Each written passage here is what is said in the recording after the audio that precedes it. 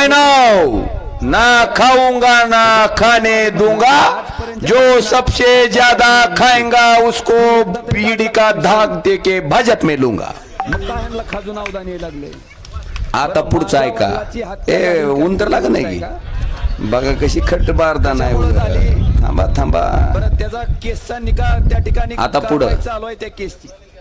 माझं असं म्हणणं काल देवेंद्र फडणवीस स्वतः करीब करीब 70,000 करोड़ रुपए के घोटालों का आरोप है.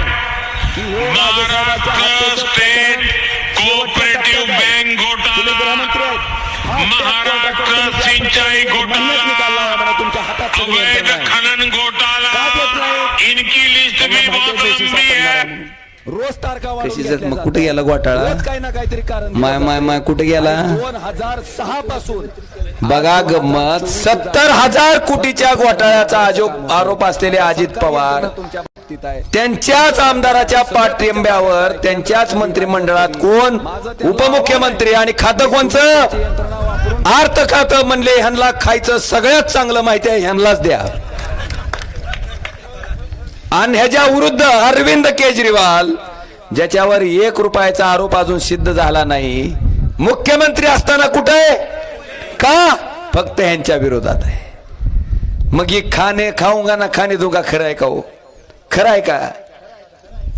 हसन मुश्रीफ, नवाब मलिक, प्रफुल्ल पटेल त्या ठिकाणी अजित पवारांच्या गटात गेल्या सगळ्या ईडीच्या चौकशा. प्रताप सरनाईक, भावनाताई गवळी नाही. अरे हाणलेलं गाबाळ वाचलं तीच मोठी गोष्ट आहे. पण ह्यांच्या चौकशा मग ही बरोबर आहे का हो? आता पुढचं थांबा. आता शिक तर एवढं झालंय. आता पुढची गंमत खरी आहे.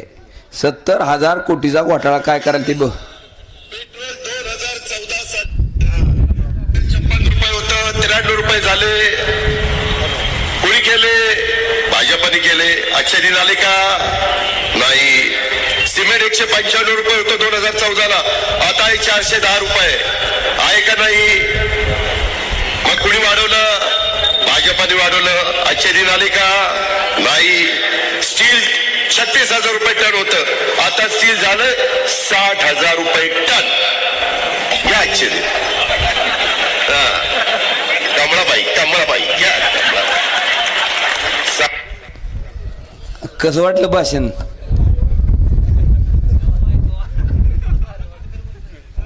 आता ही लोक सगळी मिळून आपल्याला असं समजायलेत का आपण धोत्रावर इन करताव. म्हणजे आपल्याला काय अकल नाही, काय कळतंय ते ह्यांनाच कळतंय.